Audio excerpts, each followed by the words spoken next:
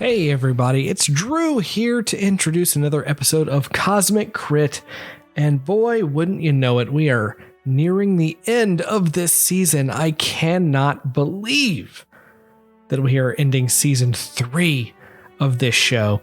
And as some of my other cohorts have done in the last few weeks, time to kind of take a look back at our season 3 characters and sort of talk about them as people and what sort of stuff is going on with them. And first off, I have to say, I love Echo 7. Echo 7 as a character is just one of my favorites, just because he's such a big dumb animal that I love how he operates. You know, it's always shoot, gun, destroy bad guys. But I have to say that there's a lot of stuff that I had planned for Echo that didn't necessarily pan out. And I'm going to be honest, because I know someone out there is extremely mad at me that I didn't do enough quotes. I had this whole plan of Echo 7 having a different collection of movie quotes or TV quotes or other quotes throughout the entire series or entire season. And it just didn't happen that way because more important things popped up. And half the time I felt like I was just going to be interrupting a scene of dire importance to drop a know what I mean, Vern, or something like that. So, you know, that's really where that's coming from. It just didn't, as the series went on and on, as the season went on, it just felt, I don't know, out of sorts. It didn't feel like it was appropriate for what was going on. Doesn't mean that I didn't still plan on it, and doesn't mean that I was not about to drop my pitch perfect Arnold Schwarzenegger impression every time I get it. Do not listen to the naysayers. It is excellent. It is beautiful.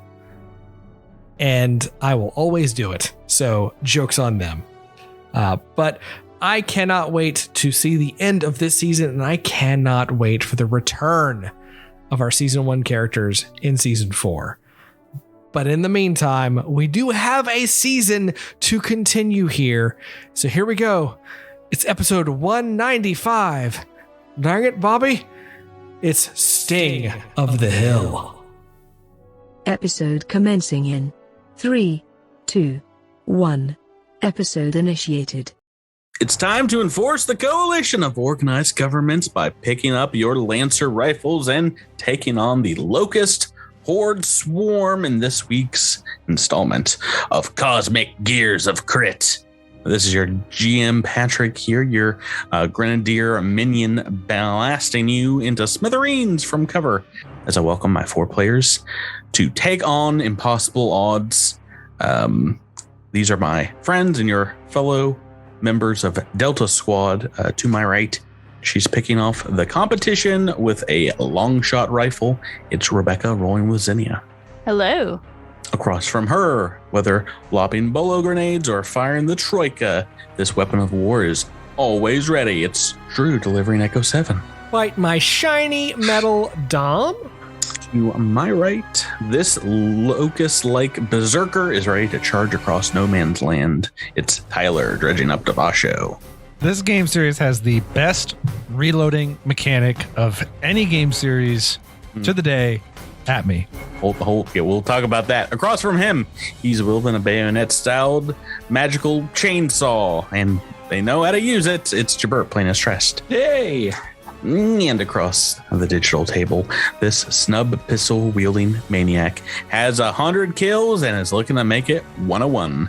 It's Miles mixing up with Sprouts. Good evening. Tyler, I gotta say, I think Time Crisis just shooting off the screen or those kind of arcade games. Yeah. I gotta say, those are better Time Crisis mechanics for reloading. So much fun. You just shoot someone behind the arcade machine, like pow. I think that would be definitely my second favorite. But I mean, there was something I think special to Gears of War when you were in the zone, when you were using the gun you liked, and you knew when you had to hit reload that second time. and you would get that damage clip, and then you would move from cover, you would mow things down, reload, get the damage boost. Like the flow of that game, and I only played 1 through 3, so I don't know about the fourth one. Four. There's 4 of them. That's a lot. There might be 5. There's 5 of them. 5. Yeah. There might be 5. They're great. They're great. I have nothing. Carmichael was a very fun reoccurring joke, and that's one of the few game series where I just really don't have much criticism. It advertises a certain experience, and I think you pretty much get that in spades. So yeah, they're not selling Shakespeare to you with some of the advertisements. Right. So we are nearing the end of this campaign, season 3 here. And obviously you guys have some fights left in you, some combats to go. My question before we started here, I was going to ask you guys if any of you are surprised that your characters have made it this far alive. Is anyone in particular? Did you see your character going down at some point? I mean, I will speak for Echo. Echo thought Devasho was going to die multiple times. I thought maybe in book 1 during the bridge section, I was going to get someone, and maybe Devasho, because you had taken a lot of RP at that point. But yeah, I didn't think I would get as close as we were in the last couple of weeks to killing Devasho at level 12. Yeah, nice little bookend to the campaign is trying to almost kill you twice. That was close. And I will say, if we did not have a mystic in the party, I mean, there's just no way. There's no way Devasho would have survived. Tress is the only thing that keeps him glued together on a daily basis. It's just punishing, and especially Devasho's, because Solarian's key ability modifier is charisma, if I'm remembering correctly. And he just has never, up until right now, hasn't had just like a massive charisma score. So he's had, I want to say like 3 less RP than say a Dross did. Right. At the equivalent level, because, his was based off strength or whatever, strength or con. So he just had tons of RP and tons of SP, and Devasho just doesn't have that. And well, you still have a lot of SP. I have a lot of SP, but not at Dross levels of SP. There are, and Dross had damage reduction. So there was just, in terms of similar character, or at least similar-ishly built characters, I think of the amount of punishment that a Dross could take. And that's kind of why we didn't need necessarily a mystic back in season 1, which blows my mind after now having a mystic. How could you not have one? But we're going to get back to it pretty soon. That, at level 12, Dross's SP was well over 200. His hit points was nigh close to that, with like 14 resolve. It was just very, very, very hard, and he could heal himself. It was just very hard to take down the big guy. Yeah. What about our operatives, Zinnia and Sprouts? You guys have gone down at various points, but I don't think it was ever. Sprouts hasn't. Yeah, well, good point. Sprouts has taken some damage and some crits, but you're almost never the main target, I would say. Right. Every once in a while, you guys will get a crit in, and then everyone turns to you like, oh, they got to go. Well, I got to say, especially being able to fly, I've found that I can usually get out of tight spots pretty easily, unless we're indoors, in which case it's a little more difficult. Like when we were in that house, I was like, oh, let's go. I don't like this place. Meet me outside. Space. Yeah. Cash me outside. How about that? I'm Zinnia. That's right. I've had a lot of fun playing the operative. I'm glad we're playing some getting to play higher levels, or at least higher than season 2, because I think some of the support stuff that comes in the higher levels is a lot more fun to play with. And I mean, it's I don't know how unusual it is, because I haven't play with a lot of or any other groups, but it seems like it's unusual to have two operatives in the same group. Is that Yeah, I mean, accurate? you can get different flavors of any classes, but it is a popular one, and I still as popular as they are, I don't think they're that overpowered. No, they're not. I don't think they're overpowered. I just think they are powered to what they're supposed to do. Mm-hmm, mm-hmm. I think in a balanced party, yes, but I mean, back to Patrick's point, like if a bruiser gets in front of an operative, that operative is going to have a bad day because they're just typically easier to hit, and you don't have a lot hanging on to, in terms of hit points. So it only takes, a few smackaroos before an operative is having a really bad day. But when it depends. When they have somebody to stand behind, there's so many additional skills and feats and class things that you can do to make yourself, I think, interesting in combat, even compared to a bruiser. Like, right. I haven't had a chance to use some of the stuff I've actually put into play. But I mean, there are defensive roles and all these other different things you can do to, kind of counteract that if you get into a bad situation. Yeah. Yeah. Operatives are good at getting out of jams, especially so fast. When you're 16 inches tall. Yeah, you're teeny. Well, let's see if your characters are able to survive until the end of this season. We're getting back into the action this week, but first we got to recap last week's events with help of Sprouts Marlowe, who's going to tell us what happened last time on Cosmic Crit. These electric bodies weren't much to take down, but they did give us a jolt. We still needed to navigate the dam systems after we dealt with the electricity and found out that we needed some elemental reinforcements. After Tress completed the ritual, the soldiers under Lieutenant Cahor finished the job. We finally got to take a few days of R&R before the final push to Jerdo's Mountains. But it seems like Tress and Zinnia are feeling the effects of rad sickness after their tumble with the Plupex demon. Hope those kids pull through this. We're going to need all of us to be on our A game to kill a swarm god. This week's episode starts off with Trest. You find yourself the feeling of falling down into a deep, dark chamber, tumbling along rocky walls, and eventually ending up splashing into a black pool. Feel choking you, the weight of the stones and the water around you heavy on your chitinous thorax.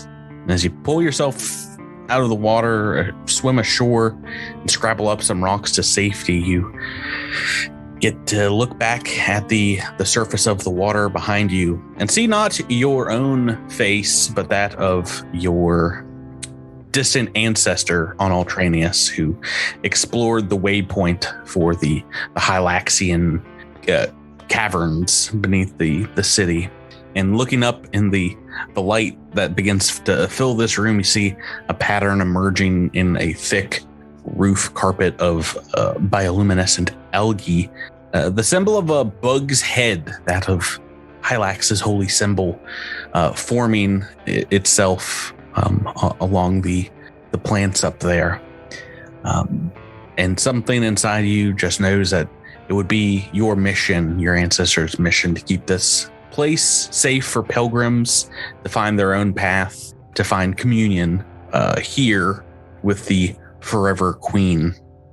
It is at first perhaps a dark, scary dream, but coming out of it, waking up back in reality, back at the top of the Jerdos foothills, and feeling maybe the negative effects of radiation sickness. Trest and Zinnia maybe a little lighter in complexion with some, spots, some splotches showing up on skin in chitin. Jabert and Rebecca, we talked about this a little bit last time, but remove radioactivity as a spell is on your list, Trest, right? But you don't currently know it. Yeah. Right. I picked up remove affliction instead of that. So okay. Did you guys, because you can over this last week you've had some chance to resupply, and you can get level 4 spell gems because they're under level 14.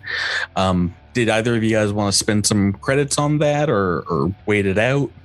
I mean, it still takes a caster level check to you have to pass a caster level check, and like not guaranteed. It's like it's about a 50% chance. So like I'd have to get probably a few spell gems to be confident. But we talked last time about possibly just treating the symptoms essentially and let us stay sick, at least for now. Yeah, cool. I've got lesser restoration and lesser remove condition, which should be able to handle the sickened and fatigued fatigued symptoms. And so if it gets any worse, we're in real trouble. But I mean it's that or sink 10,000 credits. And I don't know about you guys, but I have never had a Mark III personal upgrade before, and I'm buying it. Oh, we got some of those in season 1, but not a ton. So you got one, and Tyler, I believe Devasho got a big upgrade. What about everyone else? What else did you guys buy? I did not get an upgrade, but I did get some cool other things. I got some new armor. And the thing that I'm most excited about is the emotion enhancement, which is an augment, which allows me to essentially, Xenia has undergone brain surgery to suppress her emotions, to give her a +4 against fear and emotion effects. So Xenia had emotions? You could have fooled me, but now she's gotten rid of all of them, all of the little tiny emotions she had.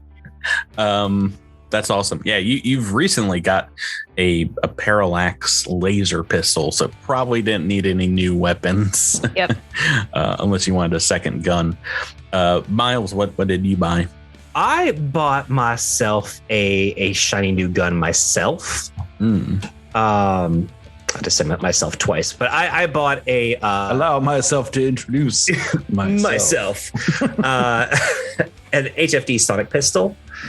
Okay, yeah. So there's not too many upgrades around this level, unless you also wanted a parallax pistol, but that's one of them potentially.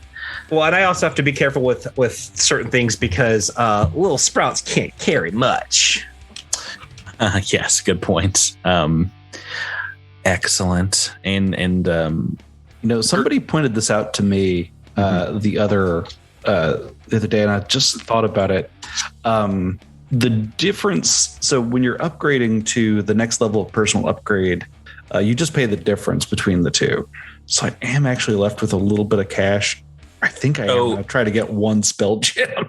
Yeah, if you're upgrading your 4 or your level Mark 2 to Mark 3, you just pay the difference. But if you're, getting it for a different ability score, or like brand new one, you would pay the full price. But the other option is you can just upgrade, and then you can take if you pay the full price, and then just put that Mark 2, the old Mark 2, in another ability score. Right. Yeah. And so that's what I've already done. And so I've actually got a few more credits. I think I am actually going to get a spell gem of remove reactivity if I can. Okay. Well, no, what I was saying was have both a Mark 3 and a Mark 2 by just buying the Mark 3.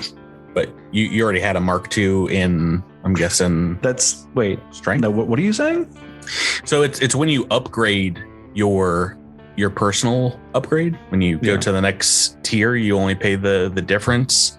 But if you just buy a new one, you can replace that upgrade and put it in another ability score and have both if you pay the full price. So you could have a Mark 3 and a Mark 2 in different ability scores if you wanted it instead. Oh, I think I've misunderstood how those work. Okay. That's what Devasho did. Devasho moved one of the lower marks into con, Put the bigger one in Chaw. You can have a maximum of one of each of the marks. Yep, I'll mark 1, 2, and 3.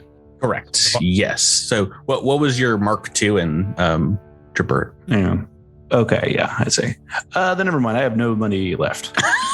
Did you already switched it over to something else? I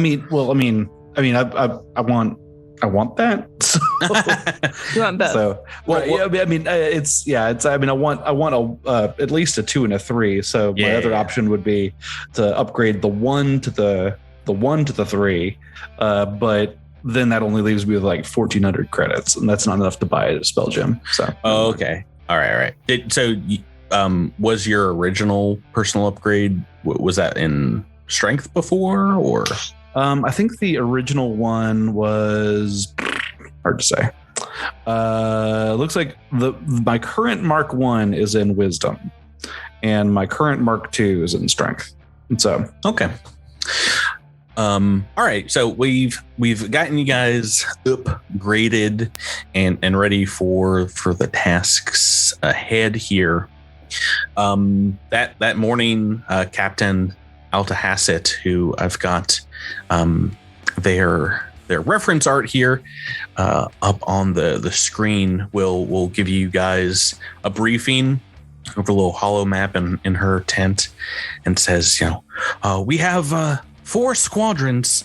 Thanks to your reinforcements, we're going to move up through various sections of the mountain during our final operation here. We're going to try and neutralize as many swarm as we can along the way.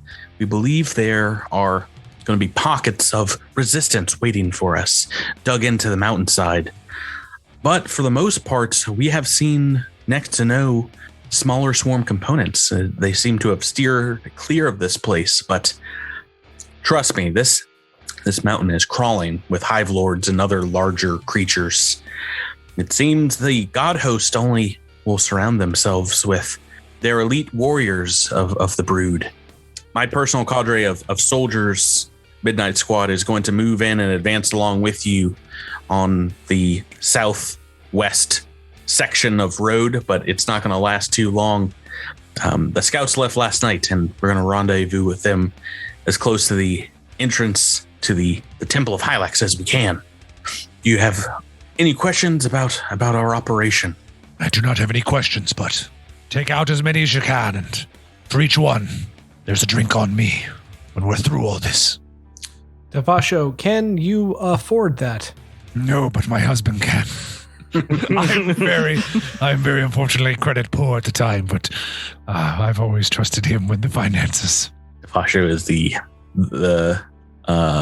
kept husband in this relationship, the super soldier. But quick question: is this the same temple that we went to in book 1? It is, yes, and it is.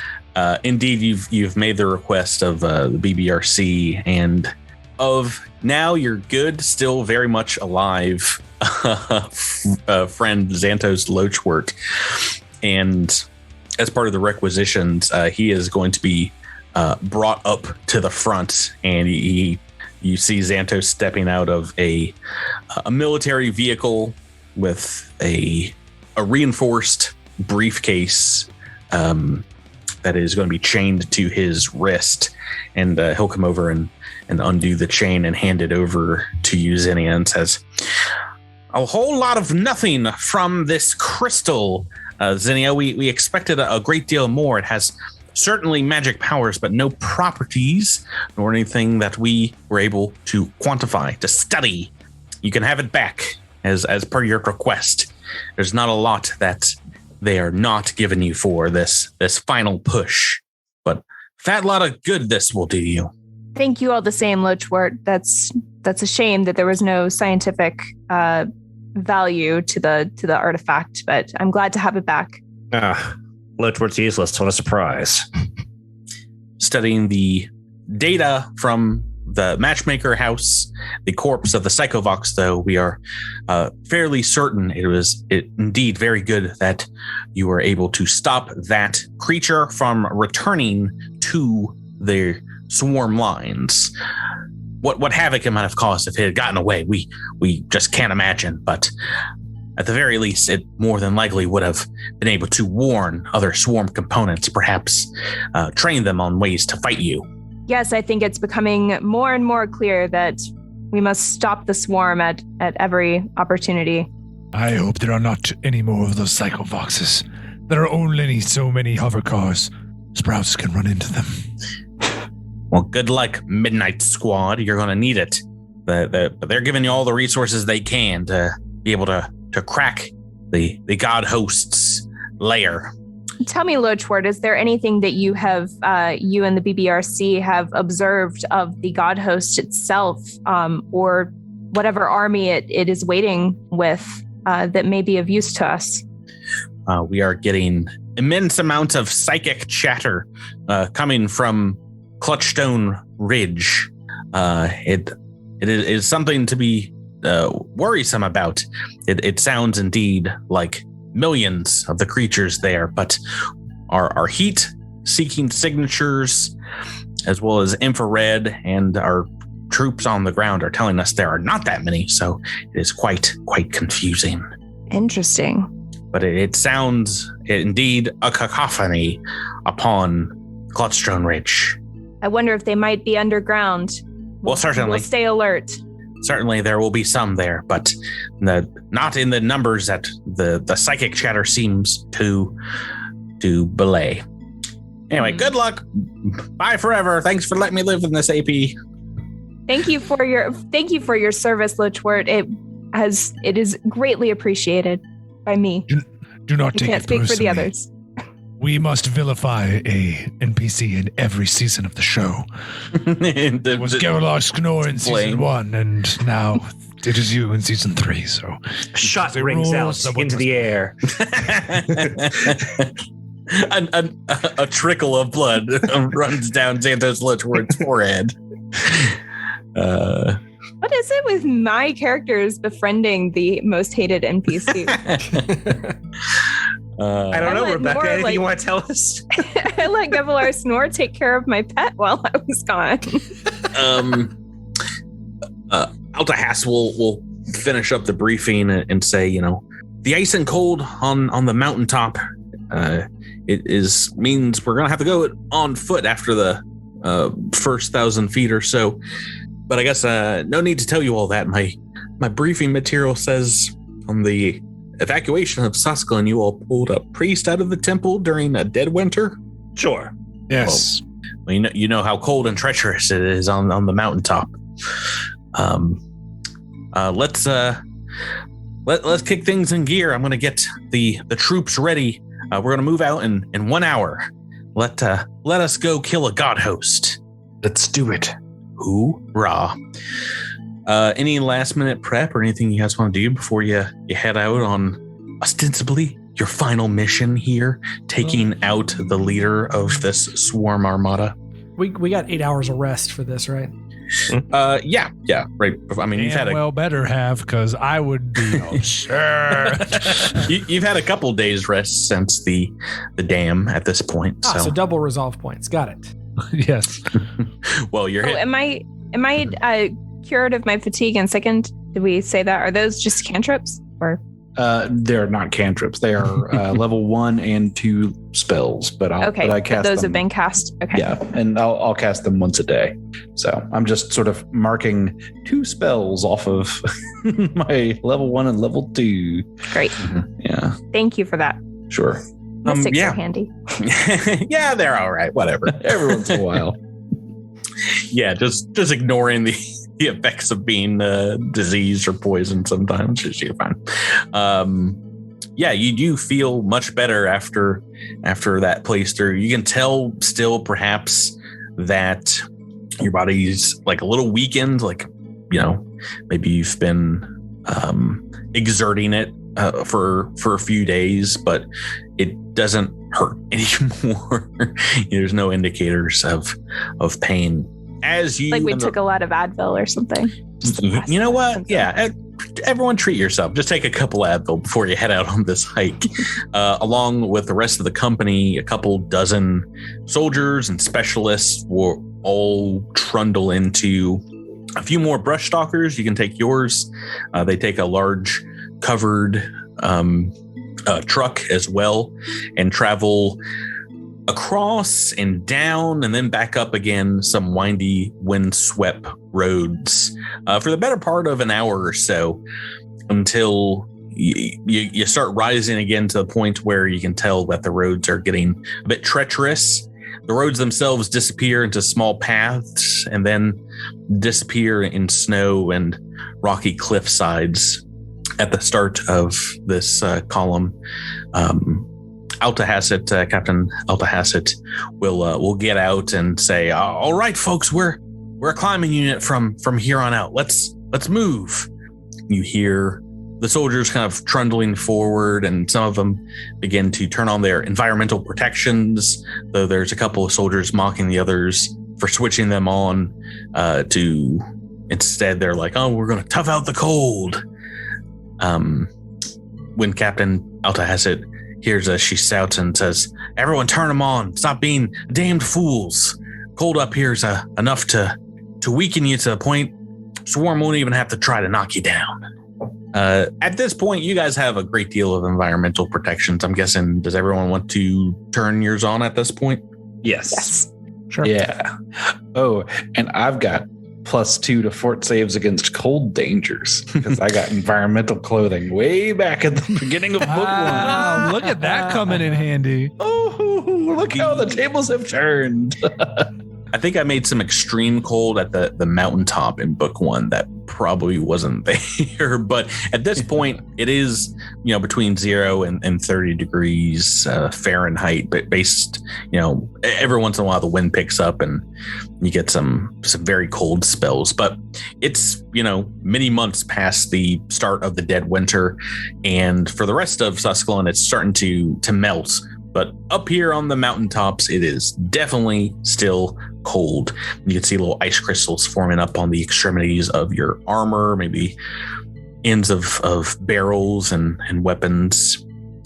But yeah, you barely feel it because you guys are all protected up. You can open up your shield visor every once in a while to get some crisp, cold air in. But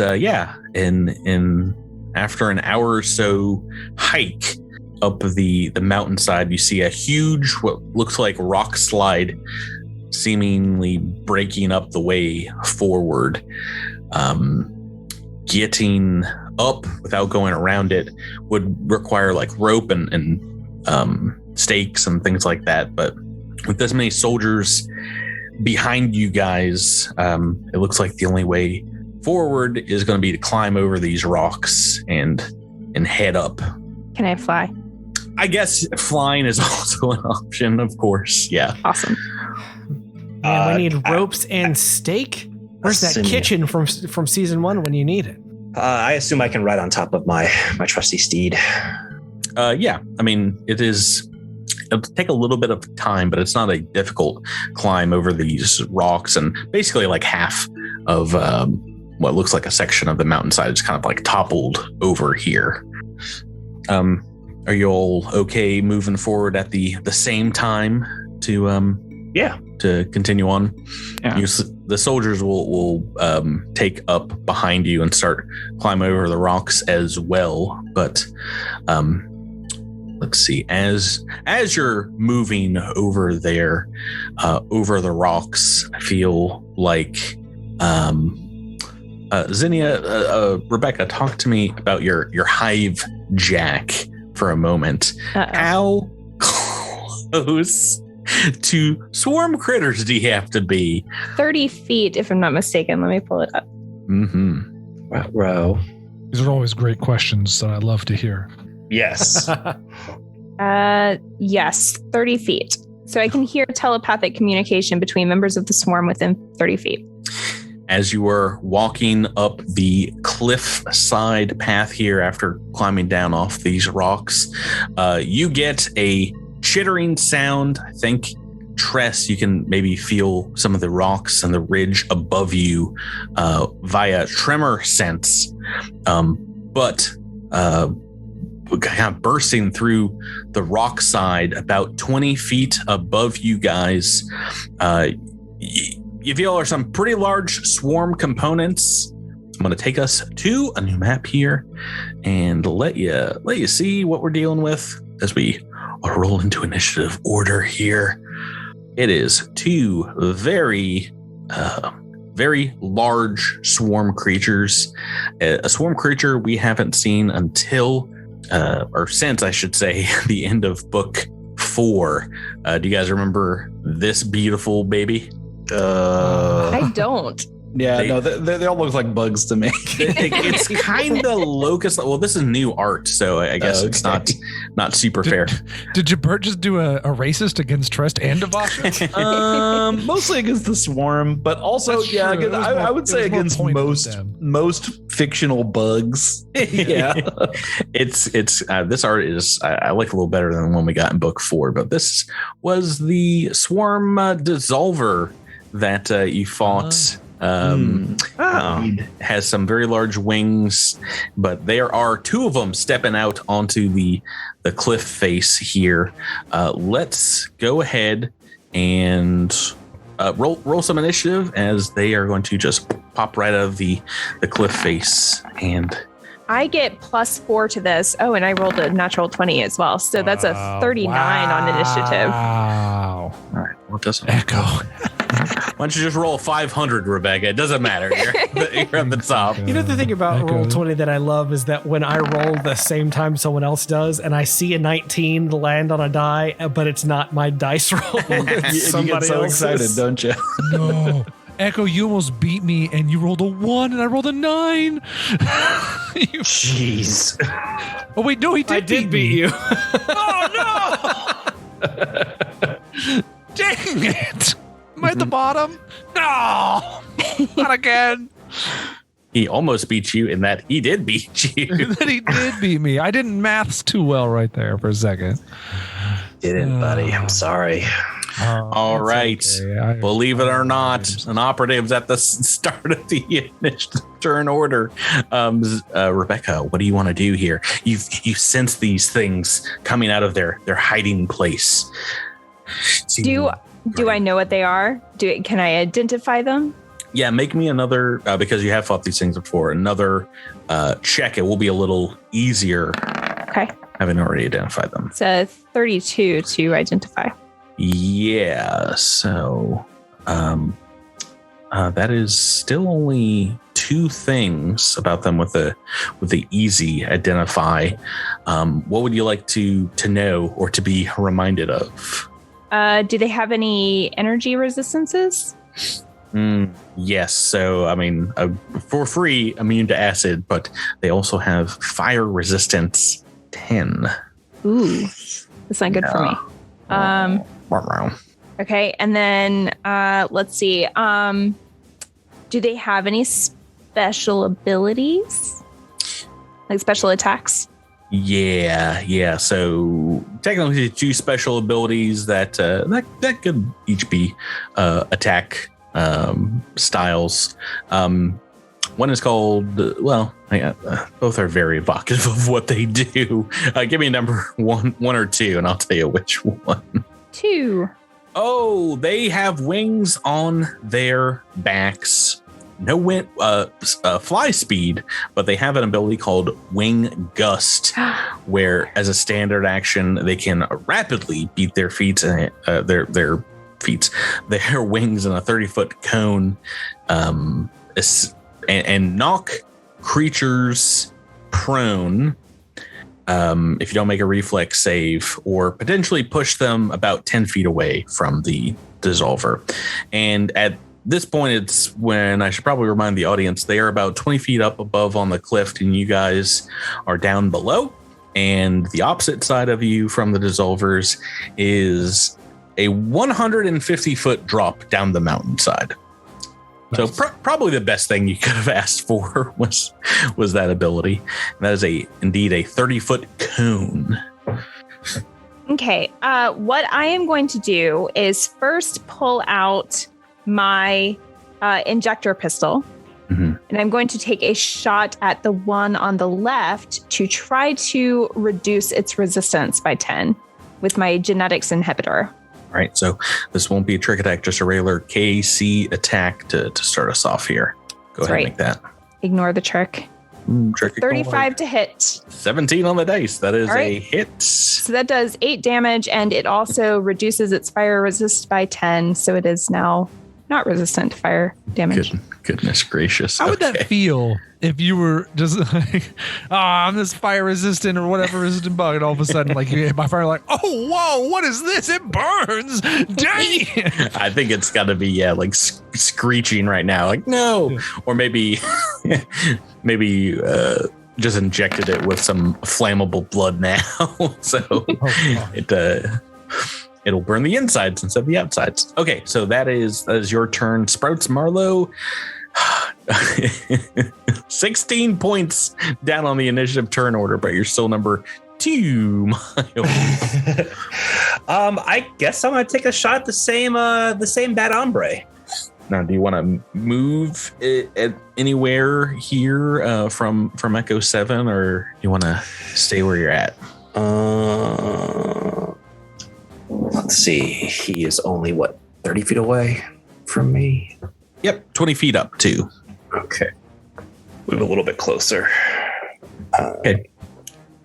Just shooting right up the mountainside at him. Yeah. Okay. Well, imagine the closer one you're attacking, that Zinnia just fragged as well. Are you using your new Sonic? I am. Oh boy. All right. So it's a CR7. So I imagine the trick does not go off. Oh, trick doesn't. But you've hit with a 19 super hit. 26 points of damage. Oh wow. Your pistol attack did great. Like more damage than your trick. That's I guess that happens a good deal, but that is still a good amount of damage. No sonic resistance, so it takes that blast fully. But this one, the one closest to you, perhaps heard you coming because he is next in the initiative turn order, and I think is going to start climbing down the mountain here, and it's going to use its other special ability, which is called Corrosive Jet, and is going to make an attack against the group of you guys. And basically it's going to be either Trest in Devasho or Echo 7 in Devasho. So let me randomly for that. It's going to shoot right through to Trest and Devasho with a line of corrosive acid being spit at you guys. So I roll the attack roll once and then compare it down the line to see if it continues on. So first this is against Trest's EAC. Oh boy. Super hit. So you guys are both hit and taking some. This is actually acid and fire damage as you're squirted with this corrosive juice, and it catches fire and starts melting armor and things and heating up in your suit. So let me roll that damage. Pretty darn stinking low on 3d8. That is 21 points. So we're going to say 11 acid, 10 fire, and that is its entire turn. As we go back down the line to Trest. Trest, you're next. Oh boy. All right. You foolish fool. You've fallen into my trap. Let's see here. Yeah, we'll do like something. Yeah, I'm just gonna try to come around.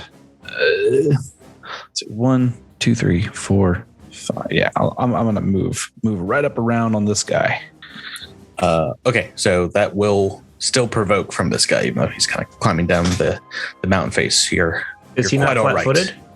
No one tricked him. He does the only marker on the token is the reminder that he no longer has fire resistance, basically. Did Zinnia's trick not go off? I didn't trick. I was using an injection. Oh, that's right. I forgot you were doing that. Right. Slamming into a Trest. Let's see if I can get some melee damage. Another super hit. Wow. Good gracious. Jeez. 19. All right. No, let's hang it up and come back some other time. I don't like how this has started out. Never going to roll that 20, but 19s flow freely from the GM. That is 32 points of bludgeoning damage. All right. Great.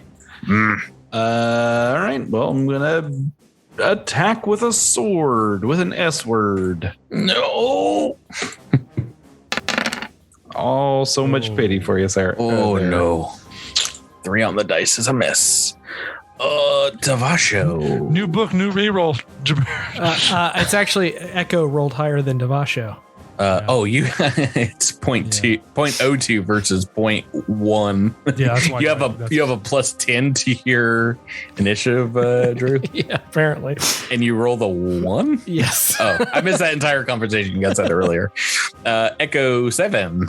Echo's got an itch that he just can't scratch. It's an itch to his trigger finger, and we didn't talk about this at the beginning of the episode, but he bought a new gun. Always gun, always gun. So he's got a new advanced reaction cannon. Oh, is this a What kind of cannon is that? It is a heavy weapon. It's penetrating damage, and it uses heavy rounds. This is basically like a howitzer strapped to your armor, right? Yeah. It's only got a 6-shot capacity, so I threw a conserving fusion on there too, because oh boy. Yeah. Wow. Probably Yeah. pretty good. But here we go. We're going to take 3 shots with this bad boy. We're not going to mess around right now. Oh. All right. Blasting away at this one against its KAC. Too many dice. Roll 20s. Needs a second to catch up. All right. Well, 6 on the first one is a miss. That is so much damage. It's 6. It's Gracious. 6d10. Let's see it. All right. Well, you've conserved that shot, so the fusion has paid for itself already, I think, probably in ammunition cost. Go ahead for shot the second. Oh, I've already done it. It's just taken a while. I'm going to go ahead and do the third too. Just to see. Why did you break this? Oh, those tens. Oh, no. All right. Jeez. Well, bad news. The second one's also a miss, but good news. You've rolled an 18 on your third attack, and you've got a hit. But also bad news. This is your lowest damage roll of the 3. Yeah, it happens. Your macros roll. It's still 41 points of damage. Yes, and that is still the most damage that's been put on this thing so far. Boy, it is still up though, and is not showing signs of slowing after that. But it has taken a huge chunk out of like one of its legs and where it connects to its abdomen, and it will screech out in pain. Davasho, we're on to you next.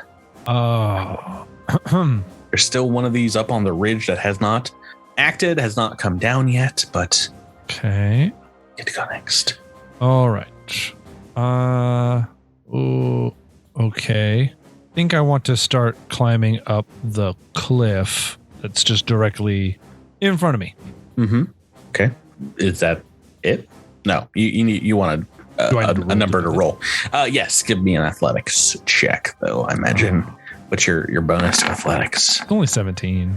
Oh, yeah, that's still enough to clamber up there at quarter speed, I believe, for at least.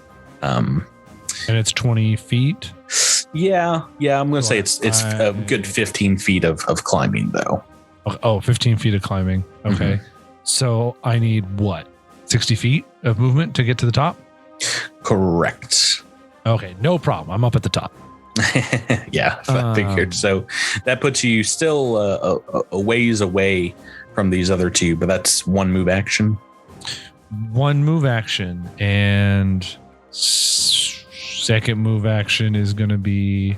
Oh, what do we think? We think these things have 10-foot reach, right? So I'm going to get right up here. All right, moving up on the ridge behind the first one that's already taken a good deal of damage, and right into the range of the second dissolver as we get to its turn.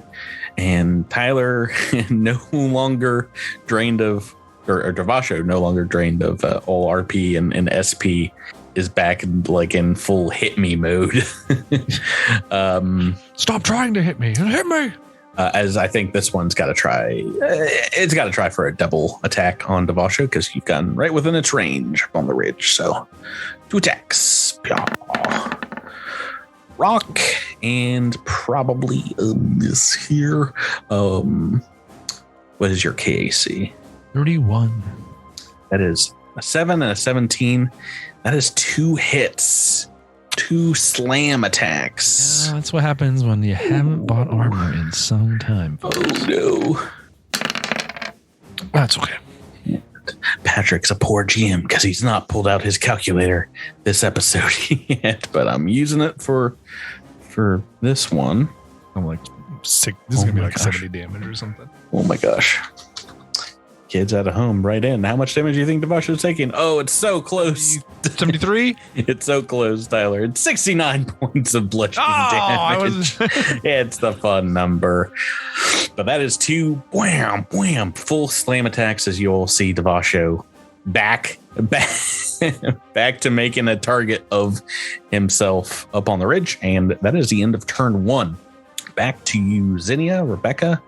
What do you want to do next? This one is now as no way to stop you from shooting them with your not fancy laser pistol anymore. Darn it. All right, I'm going to take a shot. I'm going to pull out my laser pistol with my other hand and take a shot with it at the one that does not have fire resist at the moment. I imagine you'd have that pistol out already. They're probably both. That's only a 21 to attack. Is that going to do it? As a miss. Miss. Sorry. I could re-roll that. No. Use your book re-roll right away? No. I'll save it. I'll save it. We should always check back in. It looks like Tyler, Rebecca, and me have book 5 or book 6 re-rolls still. That was a 2 on the die. 2 on the dice, and you think you can roll better, but then you roll 1 and you're like, I hate the re-roll system. It's broken. Sprouts Marlowe, on to you. All right. I'm gonna try to take this guy out. All right, one right in front of you. Devasho and Tress are on them. It's taking some damage. Trick and attack, I'm guessing. Yes. Trick and attack. It's a CR 20 or CR 18, but 24 on the attack. That is tricked and hit against EAC. As a total of 47 points of damage. And he's flat-footed. Yes, you are right. For some reason, I was like, that's 57. But if you want to give me an extra 10, I'd double check when you say a lower number for certain. And he is going to be flat-footed. Not only that, he is going to be bloodied after that blast. Sonically, resonates a few chitinous plates off of its backside, and you see goo flying out from where you've shot him with your new pistol here. Flat-footed as well. As we go on to its turn, and nobody's fun and just hanging out next to the cliff face, so the Wingus probably out. But I have a couple of targets close by with the slam attack with either Trest or Devasho. As much as I like dissolving people in a swarm of goo, let's make some slam attacks against Trest here. We're going to do another couple of attacks just like Devasho got. Birds. And 2 good rolls too. I'm guessing, what's your KAC? 31. Same. So similar to Tyler, and that is going to be 2 hits. Schlambo. Welcome to the game. Oh. That was almost max damage on the one of them. I think we're taking a little more than 69 this time around. 76 points of damage from these 2. Just womp womp. This one is very weak though as we go to your turn. It's right in front of a Trest. All right. I'm going to It is flat-footed already. Yeah. I'm just going to make 2 attacks. Trading blows, trading licks. What a brave man. That's why we make 2. Oh, another 2 on the attack rolls. Thank you guys for giving me all the good dice tonight. Yeah, who handed him the Omega? Oh, no. 30 to hit. That one is a hit. Yeah, 39 points of damage. Slashing damage, no reduction there. It is still up as we go to Echo 7 to your turn, Drew. You've got 5 shots left. We're all counting now because it's super easy. Yeah. So I'm going to take... Oh, you got to know Drew's going to pull that whole like, in all this confusion, I forgot myself. If only we recorded these. Yeah. I want to take 3 more shots. Can I, if I down this one, spend the remaining shots on the other one? No. Yes, but no. Technically, you can, designate these shots like as you go. But I will say if you call if you down it after the first, you can throw the other ones at this guy behind it, but you're kind of firing them all at the same time. You have to think.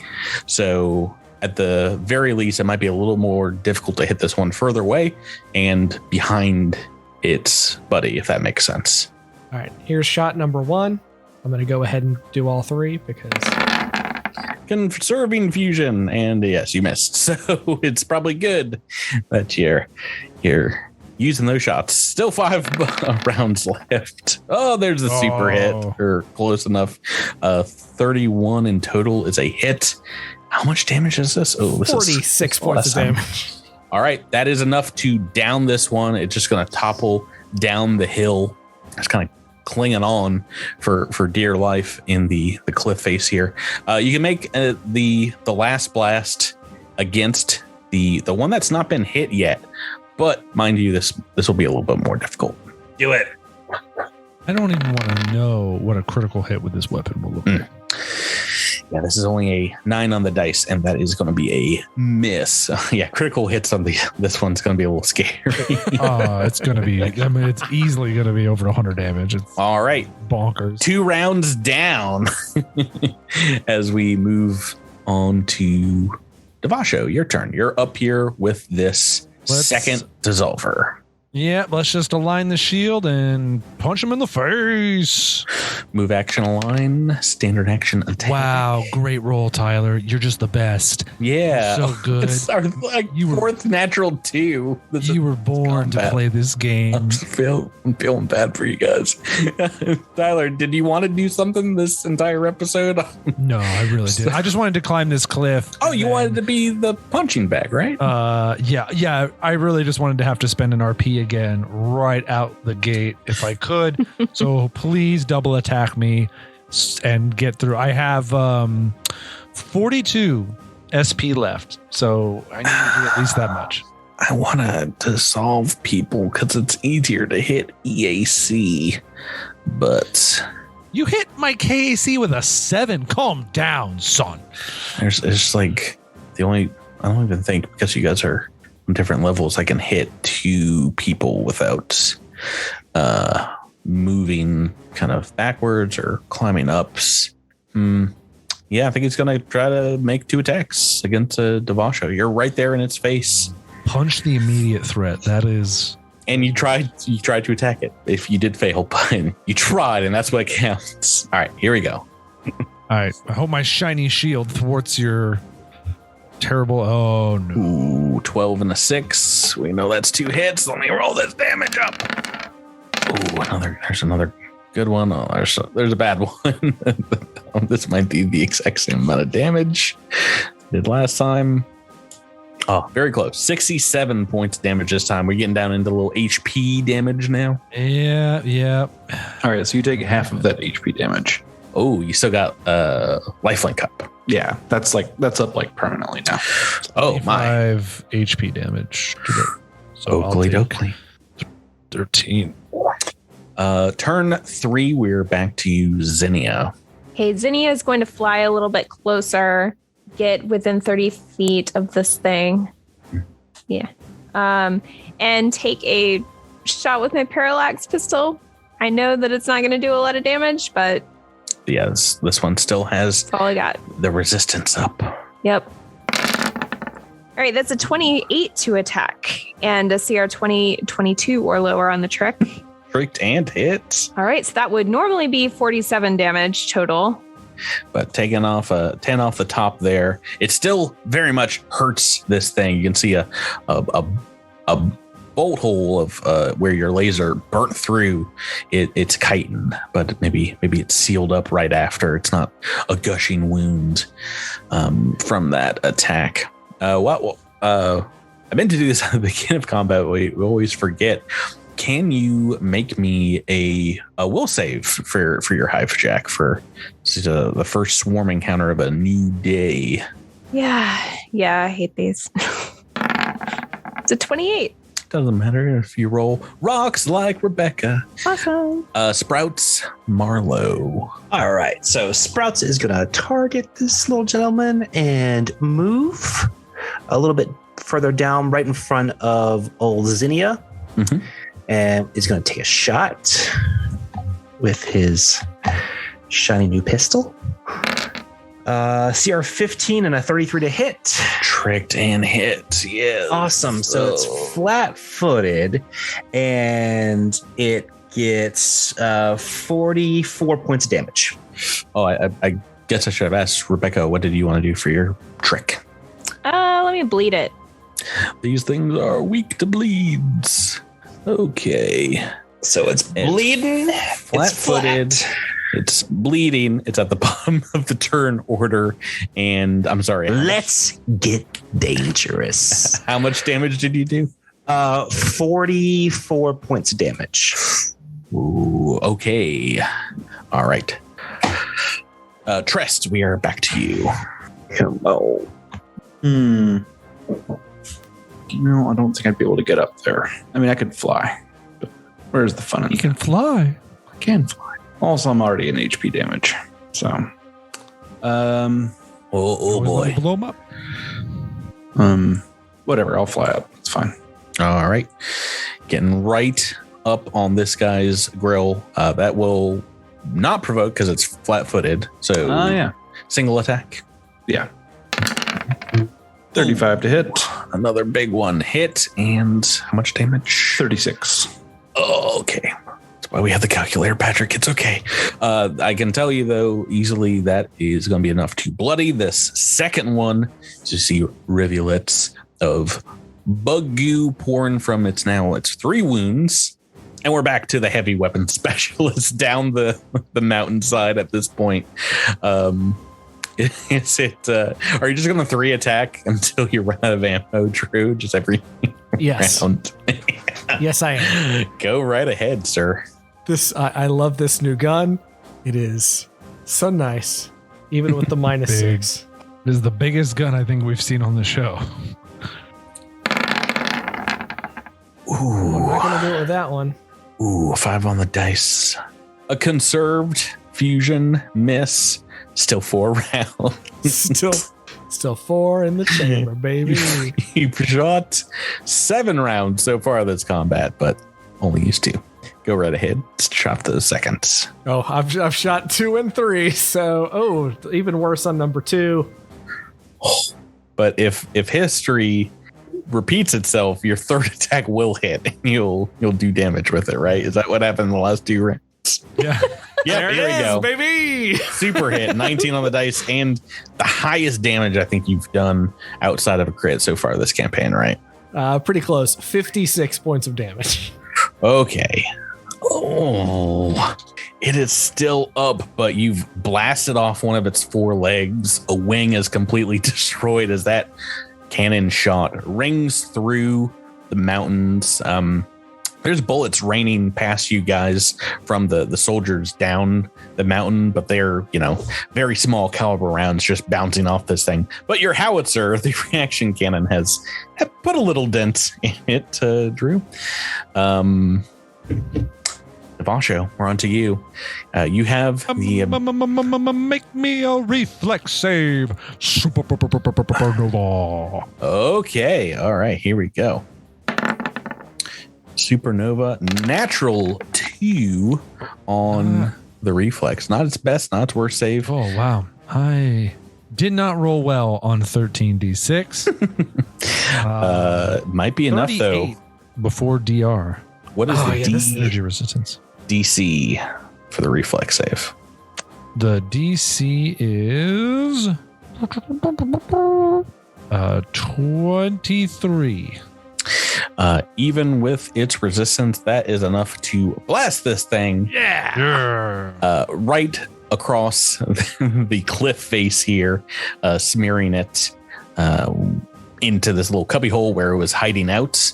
And we are out of combat. You guys hear shouts and the rest of the FDS troops behind you cheering as you've taken out definitely something that could probably take on the entire group of soldiers behind you pretty handily, especially with those line jet weapons. 2 swarm dissolvers. We are out of combat. I'm gonna need 10 minutes, okay? Echo's going to take that 10 minutes to reload. Oh, who got the... Oh, fudge. What? I forgot battle leader. Who? Oh, who got that kill? I got that last kill, so I can't. But I forgot about the first one. Who killed the first creature? I did. Oh, well, then you don't get anything. Other than the satisfaction of a job well done. Yeah, right. I mean, you don't need anything, right? You didn't take anything. No. I think I only beat up on your mainline character's Tress and Devasho this combat, and I apologize for that. But that first it still sucks because we miss out on some damage. I can always buff our damage. So, oops. Do each of you guys want to take a 10 and burn an RP here? Yeah. Okay. Yeah, I figured I'd just go up the mountain with no SP at all. Yeah, I figured I'd just go up the mountain in HP damage. Hey, that's called the Devasho special. Yeah. How much damage did y'all take? Do y'all want a serum or? I've got I took 10 points of HP damage. I took. Dang. You should have taken the same as me. Yeah, but why didn't I put it down correctly? What the heck am I? I mean, I think you took, 12? That sounds right. Yeah. So no, I think we're okay for now. The next time we dip into HP damage, we'll need it. Yeah, the next time I burn through my SP, I'll probably want some healing. But right. So after your rest, the rest of the SCF behind you, Captain Alta Hassett will catch up and basically stand guard duty as you guys are reloading and collecting yourself, tending to the wounds. And once you're ready to head back out, it's only about a. Well, does anybody have any? Does anybody have any medicine skill? I do. I did too. Yeah. I mean, maybe treat deadly wounds. Not a bad place to spend some time. Remind me how I do that. Do I have to call a DC that I'm going for? It's no. So in this one, it's based off of the whatever med kit we have, which I think we have an advanced one. I have an advanced one. Yeah. So DC 20, I think. Okay. Well, I auto succeed then. Right, but if you beat it by 5 or more, then you get to add your intelligence modifier. That's a 30. Okay. Yeah. So your intelligence modifier plus 12. Your level. Okay. Okay. So then that actually that gets me back up to full HP. Whee. Yeah, my int mod is 5. If that matters. Right. 17 HP back. Right. So ready to head on after healing up. You guys can continue up the ridge for another 45 minutes or so, and eventually it seems like dark clouds seem to be forming around the top of Clutchstone Ridge, all around the Jerdos Mountains. A storm system moving through, and eventually you get towards the top and see a lot of ruins, dead trees, ice up here, and very similar to when you've seen it last. The temple ahead recognizable by its black stone walls, the front that resembles an enormous insect's head, and, you know, this crazy structure behind it, this strange and disgusting addition to the Temple of Hylax, which is a bulbous dome of moist, yellowish resin that seems to almost pulsate in parts and sections, more than 200 feet high, that seems to pierce the clouds above the mountains. And it seems like it's almost trying to engulf the temple head. Organic looking tubes kind of jut upward from the shining mass, like chimneys in places that they seem to pucker irregularly and kind of shudder with a disturbing psychic resonance as you get closer. And as you form up as a squad and get ready to face this building that has been some time since you've last entered, and this now unholy place, the indeed skies open up for a moment. There's a blast of light seemingly coming from above, but you realize instead it is a light shining from this swarm structure into the heavens above, a dark purplish, greasy looking light. And in your minds, you hear the scream of 1,000 swarm creatures all at once, shouting into your minds, to be continued. I'm just kidding. We got a couple more episodes left. They don't say to be continued. They say, welcome to level 13. Oh, snap. Hey. Oh my gosh, I was not expecting. Boo. You guys get to be level 13 the rest of the campaign. Yay! New abilities. We're very close to almost doing it last week, but it only give you a ton of homework and buying a whole bunch of stuff and leveling up at the same time. Wouldn't be the first time, but yeah, it's like, I mean, the end of every book, usually it's like, here you go. Get ready for book 2 or whatever. But yes, I will say there's some troubling times ahead. So prepare and get ready for whatever is in this swarm layer. But that's going to do it for us this week, guys. Thanks for playing with me. Thank you, Patrick. And listeners, thanks for listening. We'll catch you next time on Cosmic Crit. Goodbye. Bye-bye. Bye. Later.